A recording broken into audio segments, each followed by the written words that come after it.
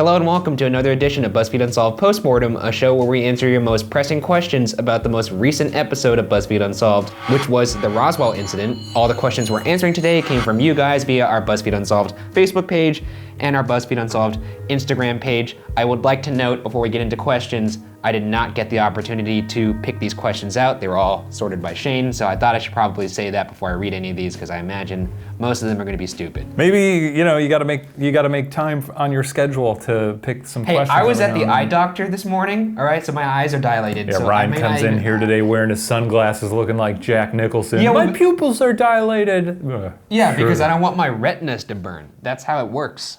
Stay tuned for the end of the episode. We got a fun announcement. Another one. Yeah, it's gonna be before the hot dogga though. Yeah. Because we anticipate that a lot of people are gonna click out as soon as I start telling that. Yeah. That's fine.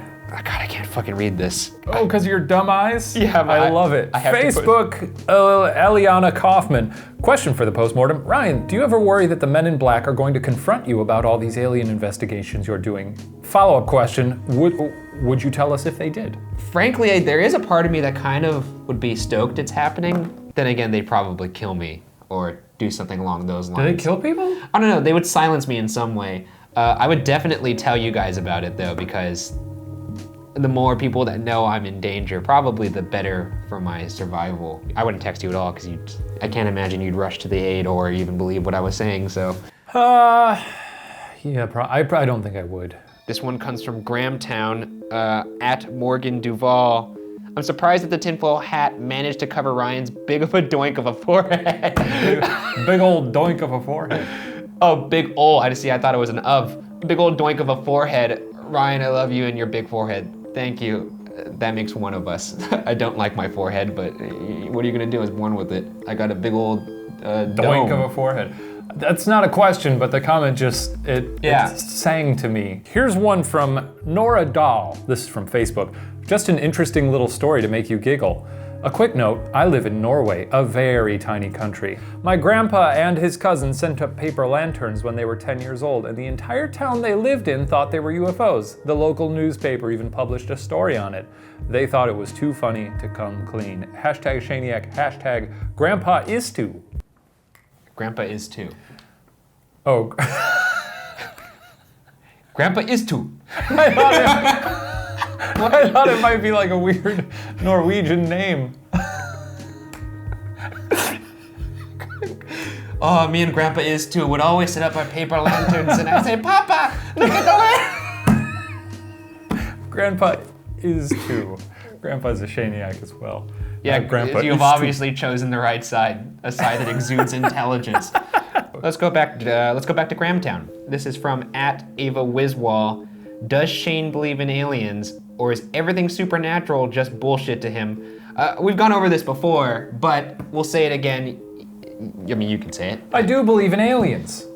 Why do we have to keep covering this? But you believe in them in a very boring way. It's not a boring way. It's a boring way. They could be people. Okay, and see, now you're backtracking. You've always said that they're microorganisms. No, not true. Like... I've said that it's perfectly possible that they could be bipedal, with a mouth and like dicks and stuff. I'm just saying it's far more likely that they are, consciousness within a cloud of gas or something. Most of the time you say they're like dirt or something. No, most of the time I say it's far more likely that there's something that's not that exciting to us. He doesn't believe most of the encounters. He doesn't believe most of like the abduction stories. No, but I do believe in aliens. Let's go to, this is from at Olive Scott Wild. So if the material was unable to be cut, scratched, or burned, how did it break into debris? There must have been something about the impact that was able to cause that much damage. Yeah, I did wonder that. I mean, I'm sure there's a threshold. Okay, well, that's it. Well, I mean, hit it with a sledgehammer. Yeah, but I mean, you think like maybe heat or something would do it, or? I think it's safe to say that crashing from outer space into the fucking ground has a little bit more force than a sledgehammer. Oh, so like going through the atmosphere, maybe? Yeah, that whole like burning through the atmosphere, hitting the ground at 1,000,000 miles per hour. That may have a little bit more force than Mr. Marcel going bing bing with his little sledgehammer. Can't dent it. It's indestructible. Yeah, that's fair. Yeah. All right, I'll take it. From Facebook, Josh Carpenter, a question for the postmortem. Why didn't you guys cover the Ramey memo? People have blown up the images of the memo General Ramy was holding, and it says things about, quote, bodies recovered from the crash site. Okay, the reason why I didn't include it is because all of them were inconclusive. No one's able to conclusively say what is actually on the memo. So for your reference— It's just sort of people guessing at what the blurred image says? There's people that are making educated guesses. So basically, for your knowledge, General Ramy, when he's in the office, there's pictures taken in his office with all the debris, right? Mm-hmm. In it, he has a memo in his hand, which is like, I guess conceivably what he was gonna say, his statement. Yeah. Or maybe some information about the stuff. And people seen that they've seen it as criminal or like very suspicious. So they like want to see what the memo says. So people have tried to enhance the image. But unlike a Jason Bourne movie, you can't actually see the details because, you know, it's a real picture. So inconclusive. Inconclusive, which is why I didn't include it. I didn't want to, you know, just too much of a dead end. Proud of you for casting aside some less than convincing evidence. Because I feel like a lot of times you just sort of take whatever you can get. This is from @Stevie T. Meyer. Is it possible that the UFO collided with the weather balloon and that's why they might have claimed to find weather balloon materials at the landing site? I put that one in there because what a nice little That's a happy medium. Yeah. I get to have my cake and eat it too. Yeah. Imagine those aliens just cruising through the desert, getting some nice views. Well, they got their binoculars out, spying on, you know, people sunbathing or something. And then one was like, "Whoa, watch where we're going!" And then poof, and it hits the windshield, and they're like, "Ah, whoa!" Or they were racing. The alien was taking out his dad's cruiser for a little bit of a jaunt. Yeah. And then he was doing some things he maybe shouldn't have with his friends. They got a little drunk, crashed into a weather balloon. Alien grog. Should we go on to the announcement? Yeah, we'll do a snap. Hakacha! Oh, shit! That's good. That's good. Whoa, Ryan, where'd you get that shirt? Well, yeah, I've got one too. Where do we get these at? Yeah, they're on the store now. Yeah. You guys wanted them. So here they are. We're selling our own now. This is something that usually comes out of my throat naturally, and there it is under my stupid face. Shop.buzzfeed.com. Boom, click, purchase, sent, home, wearing. What do we got coming up this week, Ryan? Oh, yeah. This week, it's an interesting one, and there are some wacky theories out there for this one, some that Shane really enjoyed. This contains, I think, one of the dumbest theories on the show to date. I was blindsided to a degree I've never, you really gotta see this one. It's good stuff. Truly infuriating. Okay. Speaking of truly infuriating, you gonna do it? You gonna do your dumb thing here? You're inviting it now. There's no point in fighting it. It's our weekly Q&A concluded. I now welcome you to the part of the show we call the Hot Dog Saga, commissioned by Ryan Bergara, written by me, and adored by every single viewer. You should take that sentence out. Okay, you know what? Where are we? We see a lovely, serene pond.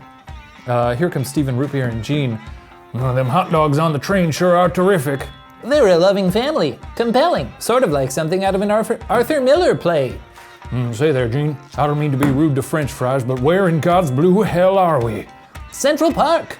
And you say this is where we'll find Melba. Suddenly, a voice. You two have got some nerve showing up around here. The boys look over to see their old pal, Melba Dill. And baby, she's floating. That's a pickle. Melba, long time no see. Where are you getting the band back together? Yeah, what the beloved French fries said. Now, I think it's quite clear that I'm comfortable here, floating, as pickles do. I wake up, I float all day. Did I used to float? No, I damn well didn't. I used to play drums for an acclaimed rock and roll band, a band so good that the Beatles, our enemies, quit making music, grew mullets, and opened up a really good pizza shop in Cleveland. Yes, we were on top of the world, but you let the music get away from you, you idiot men. You blew it all on wine and trampolines. Did it ever occur to you, Stephen Rootbeer, that I loved you? And your mustache? Well, I don't anymore, and I see you've shaved your mustache, you idiot. And Gene, you were like a brother to me, but pickles don't have brothers, clearly. In short, gentlemen, I don't care if you're getting the band back together. You can go chew a baseball.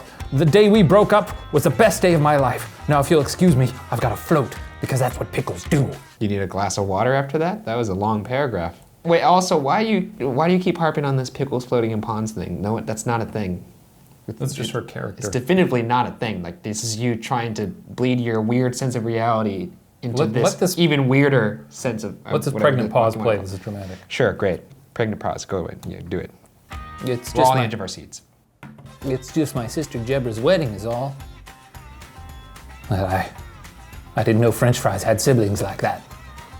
Oh, come on, what do you say, Melba? Oh, you idiots. Fine. One last performance. Oh, the risky vixens are officially back on the map.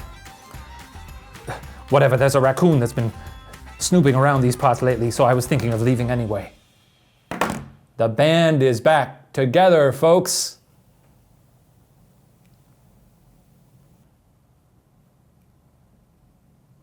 I mean, do you want some, what do you want? Do you want something from me here? Yeah. What instrument does this fry possibly play? Does he have hands? I can't remember. Are the fries his appendages? Yeah, he's got arms. He does? Yeah. Are you sure? Oh, I guess I don't remember. Ryan forgot that Gene has arms. Yeah, so if you want to make some fan art of Ryan admiring Gene's arms. Sure, yeah, go for it. That's what we're going for this week. What a crime I've committed here. Can we get out of here? Oh, yeah. Happy Thanksgiving, everybody. Yeah.